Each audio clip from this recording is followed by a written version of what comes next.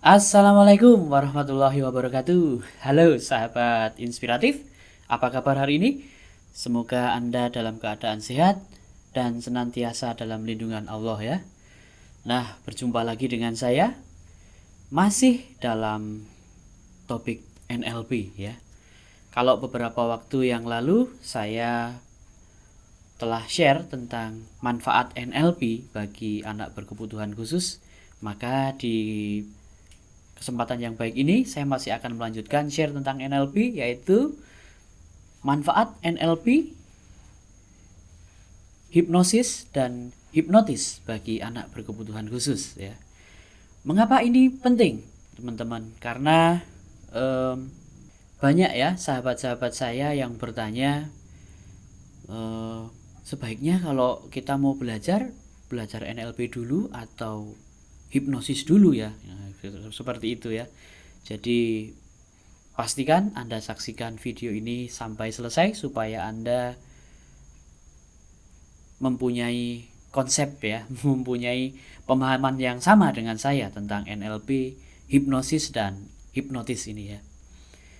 Dan sebelumnya saya mohon maaf pada sahabat-sahabat inspiratif semua karena ternyata ada satu hal penting yang terlewatkan yang belum saya sampaikan beberapa waktu yang lalu ya. Jadi sahabat inspiratif, NLP ini seperti yang saya sampaikan beberapa waktu yang lalu, NLP adalah sebuah ilmu modeling ya. Dan si penemu NLP ini, Dr.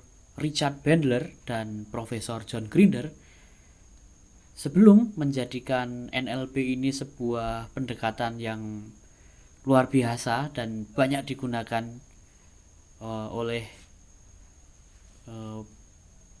banyak orang yang telah sukses gitu ya, maka ternyata Dr. Richard Bandler dan Profesor John Grinder ini mempunyai 4 model ya yang beliau pelajari. Beliau berguru dari keempat orang-orang hebat ini. Nah, keempat orang hebat ini adalah, yang pertama adalah Fritz Perls ya. Beliau adalah seorang ahli gestalt terapi gitu ya. Nah, sedangkan ahli yang kedua, seorang wanita hebat, seorang terapis keluarga ya, yang bernama Virginia Satir. Nah, inilah nanti yang akan mengilhami banyak-banyak teknik NLP terkait dengan pengasuhan. Oke, lantas orang hebat yang ketiga adalah Gregory Bateson ya. Nah, Gregory Bateson ini adalah seorang antropolog dan juga seorang ahli metafisika. Sedangkan ahli yang keempat adalah seorang terapis ya. Beliau juga sering disebut sebagai bapak hipnoterapi modern ya. Beliau terkenal dengan hypnotic language pattern-nya ya, atau Erickson hipnosisnya. Beliau bernama Milton Erickson. Sehingga ketika kita bicara tentang NLP, ini sering dikaitkan dengan terapi begitu ya. Lantas apa hubungannya NLP dengan hipnosis gitu ya? Bahwa secara filosofi memang NLP adalah pengembangan dari hipnosis ya. Jadi teknik-teknik di NLP ini banyak mengambil dari teknik-teknik hipnoterapi gitu ya. Sementara hipnosis sendiri berasal dari kata hipnos yang artinya tidur gitu ya. Nah, ini dulunya konon kabarnya adalah berasal dari seorang Yunani ya, yang dipercaya sebagai dewa tidur di Yunani sana begitu ya. Nah, sedangkan kondisi hipnosis ini adalah sebuah kondisi yang mengupayakan ya kita dalam level pikiran bawah sadar ya. Sehingga ilmu hipnosis ini adalah juga ilmu pikiran gitu ya, yang terkait dengan pikiran kita.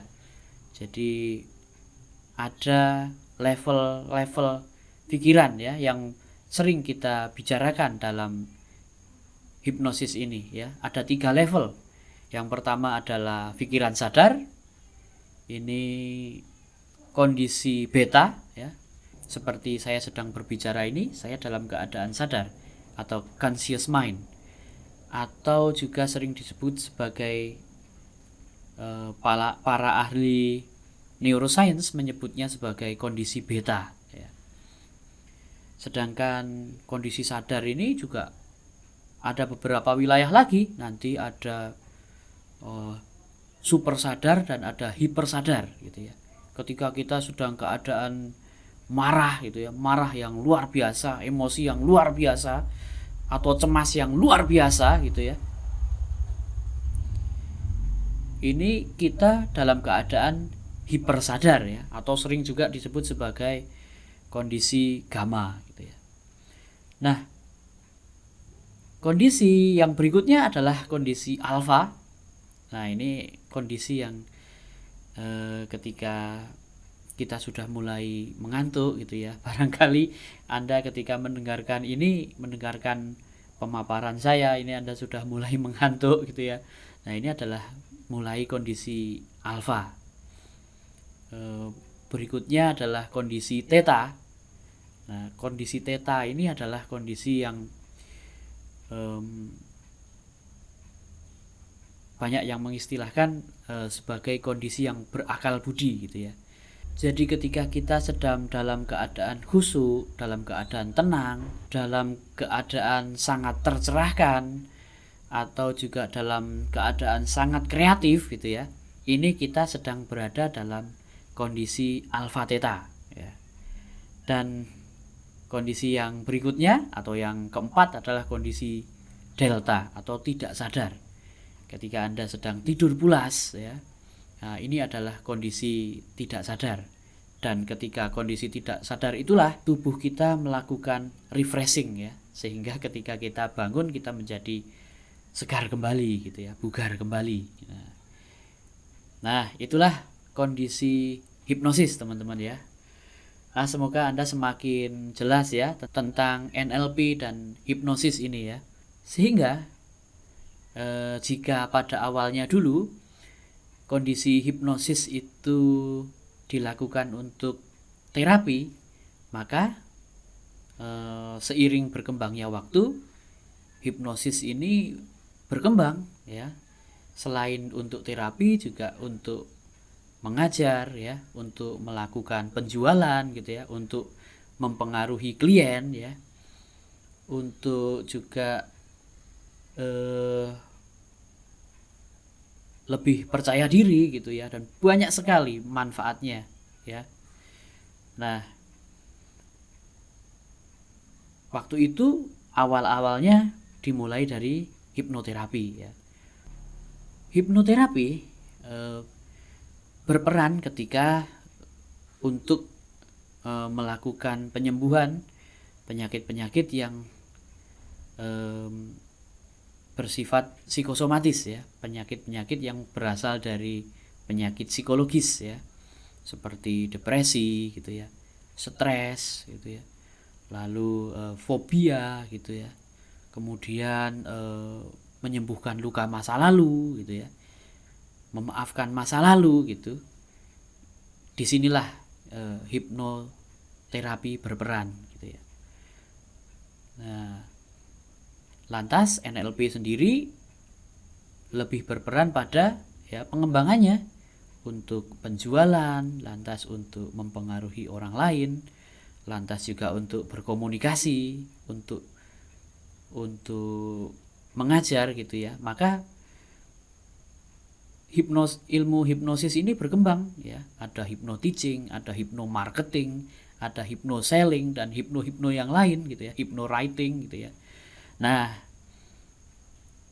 ilmu-ilmu yang ada istilah hipnonya itu mereka mengambil teknik-teknik dari hipnosis gitu ya.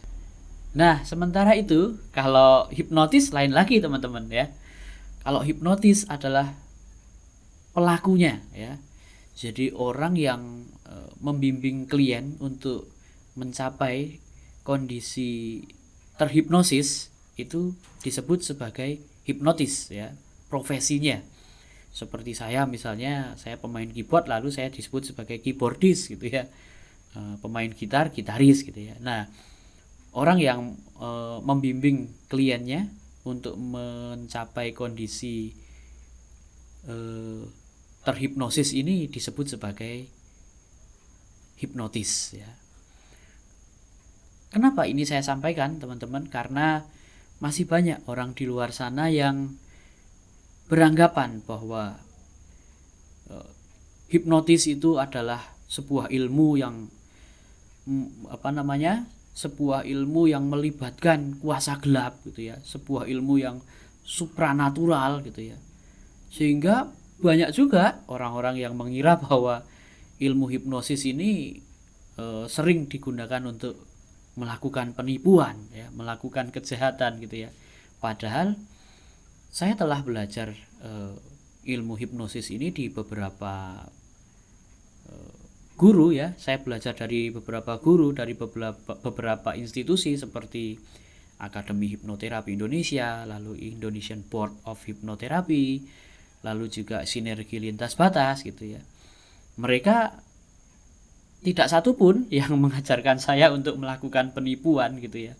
Jadi hipnosis ini adalah murni ilmu pikiran teman-teman ya. Oke, jadi sekarang teman-teman mulai mengerti ya tentang apa sih NLP, apa sih hipnosis, lalu apa sih hipnotis itu. Terus mana yang lebih baik ya, NLP apa hipnosis gitu ya. Semuanya baik kalau bagi saya. Mungkin Anda juga bertanya mana yang lebih dulu dipelajari sebaiknya. Apakah belajar hipnosis dulu ataukah belajar NLP dulu gitu ya.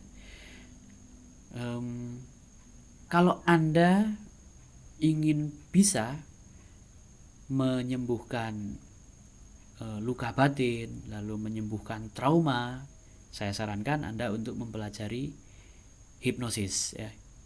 Hipnoterapi gitu ya.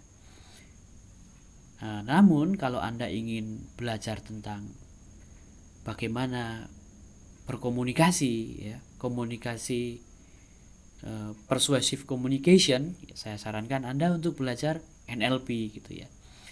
Nah, itu. Lalu Anda juga ingin menjadi seorang guru yang persuasif gitu ya. Saya sarankan Anda untuk belajar NLP gitu ya.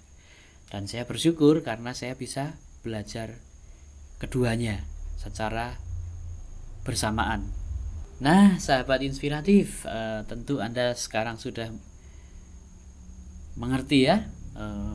Dan Anda juga sudah mulai bisa membayangkan betapa banyak manfaatnya hipnosis NLP bagi diri Anda sendiri, bagi kehidupan Anda, dan juga bagi orang-orang di sekitar kita, orang-orang yang kita cintai, termasuk diantaranya anak-anak berkebutuhan khusus. Betapa banyak manfaat yang kita bisa dapatkan setelah kita belajar tentang NLP dan hipnosis. Dan di video berikutnya nanti saya akan mulai sharing tentang teknik-teknik NLP dan hipnosis ya. Nah, silakan Anda terus saksikan video-video berikutnya ya. Dan akhirnya saya mengajak Anda untuk terus belajar ya, dan juga peduli terhadap orang-orang di sekitar kita. Dan jika Anda merasa video ini bermanfaat untuk Anda boleh subscribe, share, like video ini ya. Semoga bermanfaat. Terima kasih. Sampai jumpa di video berikutnya. Wassalamualaikum warahmatullahi wabarakatuh.